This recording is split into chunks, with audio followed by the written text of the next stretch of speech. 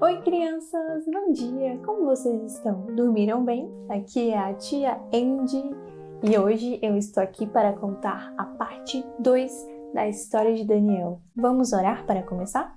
Fechem os olhinhos. Senhor, muito obrigada por esta manhã, obrigada por cada família que está aqui presente, por cada criança.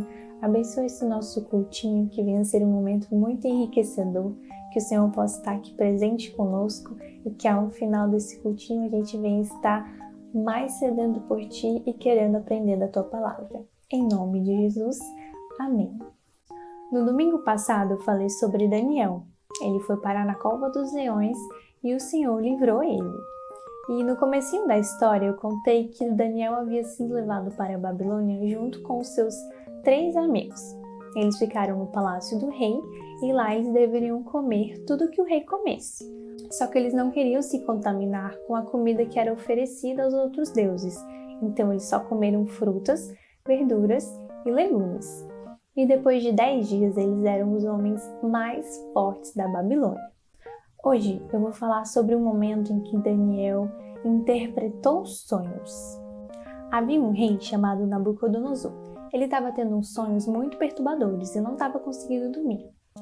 Por isso, ele convocou os magos, os feiticeiros e os astrólogos para que eles pudessem dizer o que o rei havia sonhado. E o rei falou para eles que se eles não interpretassem os sonhos, eles seriam cortados em pedaços, mas que se eles conseguissem interpretar, eles iriam ganhar muitos presentes. Então os magos, os feiticeiros pediram novamente para que o rei contasse os sonhos para que eles pudessem interpretar. Mas o rei disse que eles estavam tentando ganhar tempo por causa da decisão que o rei havia tomado sobre cortar eles em pedaços caso eles não conseguissem interpretar. Os magos disseram que aquilo que o rei estava pedindo era algo muito difícil, que nenhum outro rei havia pedido algo daquela forma. O rei Nabucodonosor ele ficou muito bravo e ele decidiu emitir um decreto dizendo para matar todos os sábios, todos os magos que haviam na Babilônia. Então foi emitido o decreto e os encarregados foram atrás de Daniel e seus amigos para que eles fossem executados também. Daniel ficou sabendo do decreto e foi tentar entender o motivo daquele comunicado tão severo. Quando ele entendeu o que estava acontecendo, ele foi falar com o rei para pedir um prazo para que ele pudesse interpretar o sonho dele. Então Daniel voltou para casa e contou para os seus amigos o que estava acontecendo e pediu para que eles orassem a Deus, para que nem ele nem os seus amigos fossem executados junto com os outros sábios da Babilônia. Naquela noite então, o sonho foi revelado a Daniel através de uma visão. E ele foi falar então com os encarregados para que eles não matassem nenhum sábio porque ele havia conseguido interpretar o sonho do rei. Daniel foi de encontro ao rei, que perguntou se ele havia conseguido interpretar o sonho. Daniel respondeu que nenhum homem, nenhum sábio, nenhum mago seria capaz de revelar aquele sonho, mas que ele tinha um Deus que era capaz de revelar e que ele tinha revelado a ele através de uma visão. Daniel começou então a contar o sonho do rei. Ele dizia que o rei estava olhando para uma estátua, mas que ela tinha uma cara muito feia. E a cabeça dela era de ouro puro, o peito e o braço eram de prata, o ventre e os quadris eram de bronze, as pernas eram de ferro e os pés eram parte de ferro e parte de barro. Enquanto o rei estava observando aquela estátua, uma pedra lá de cima caiu, atingiu a estátua e a estátua desabou e se transformou em pó, e o vento levou aquele pó. Mas aquela pedra que havia caído, ela permaneceu ali, se tornou uma grande montanha e encheu toda a terra. Daniel começou então a interpretar o sonho. A cabeça de ouro era o rei Nabucodonosor. Deus havia dado muito poder para ele.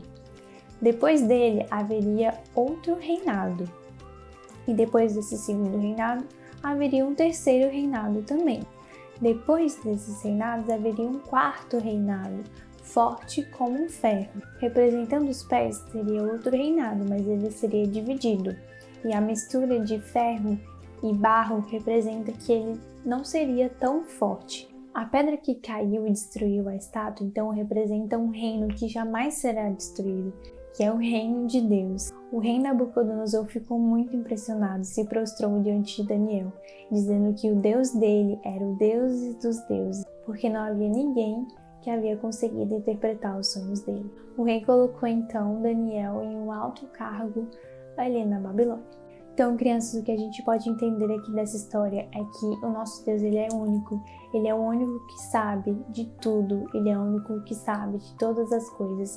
E o reino dele nunca vai acabar. O reino de Deus, ele é eterno. E um dia nós estaremos com ele. Nessa parte da história, nós vamos acompanhar aqueles 3 amigos de Daniel que chegaram com ele na Babilônia. O Sadraque, Mesaque e Abednego. O rei Nabucodonosor ordenou que construísse uma estátua de ouro da imagem dele para ser colocada ali no meio da Babilônia, de mais ou menos uns 27 metros de altura. Depois que essa estátua ficou pronta, ele chamou todas as pessoas que viviam ali na Babilônia para se reunir ao redor da estátua. As pessoas chegaram lá e não estavam entendendo o que estava acontecendo, até que um homem surgiu e falou que quando a trombeta soasse, todos deveriam se prostrar diante da estátua e adorar aquela imagem de ouro. E quem não fizesse isso seria lançado para uma fornalha ardente. Fornalha ardente era um local que eles aqueciam com fogo e qualquer pessoa que fosse jogada ali dentro iria morrer queimada. Assim que ele deu esse recado, a trombeta soou e todos se prostraram diante daquela imagem e começou a adorar, exceto Sadraque, Mesaque e Abednego. Eles eram fiéis a Deus e confiavam nele, então eles permaneceram ali de pé. Logo as pessoas repararam aquilo e foram correndo contar para o rei. Quando o rei ficou sabendo, ele ficou furioso e ordenou que chamassem os 3 na presença dele. Assim que eles chegaram na presença do rei, o rei perguntou se eles realmente não tinham se prostrado e eles falaram que não.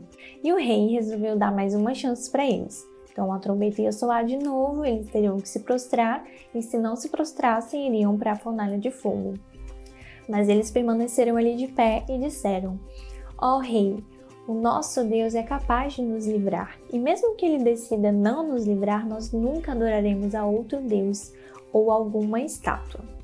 Nabucodonosor ficou mais furioso com aquilo e ordenou que a fornalha fosse aquecida 7 vezes mais do que ela era normalmente aquecida. Ele mandou que os soldados amarrassem e jogassem os 3 para dentro da fornalha. A Bíblia nos conta que a fornalha estava tão quente que aqueles que levaram os 3 para dentro da fornalha foram mortos quando eles chegaram ali perto, então estava muito quente. Observando o fogo, Nabucodonosor percebeu que haviam 4 homens dentro da fornalha e não 3, e que um deles se parecia com o filho dos deuses. Então ele ordenou que todos saíssem de dentro da fornalha. Todas as pessoas se juntaram ao redor deles para ver o que estava acontecendo. E eles viram que Sadraque, Mesaque e Abednego estavam bem, nem um fio de cabelo deles haviam sido queimados. Nabucodonosor viu aquilo e disse: Louvado seja o Deus de Sadraque, Mesaque e Abednego, que enviou um anjo para salvar os seus servos. Eles confiaram no seu Deus, desafiaram a mim e o seu Deus os livrou. E naquele momento o rei decretou que qualquer pessoa que falasse algo contra ao Deus daqueles 3 jovens, eles seriam despedaçados e a casa completamente arrasada, porque não há nenhum outro Deus que possa salvar como este. E por fim, o rei colocou aqueles 3 jovens em cargos ainda mais importantes na Babilônia. Que história incrível, né, crianças? Então a gente viu mais uma vez que quando a gente é fiel ao nosso Deus, quando a gente confia nele, quando a gente não se rende a nada que esse mundo nos oferece, Deus nos honra, porque Deus sempre está conosco e Ele sempre vai nos ajudar quando a gente precisar. A gente só precisa confiar, se manter firme e sempre declarar que nós adoramos a um Deus vivo. Então, essas foram as historinhas de hoje, crianças. Até o próximo domingo e tenham uma ótima semana. Tchau!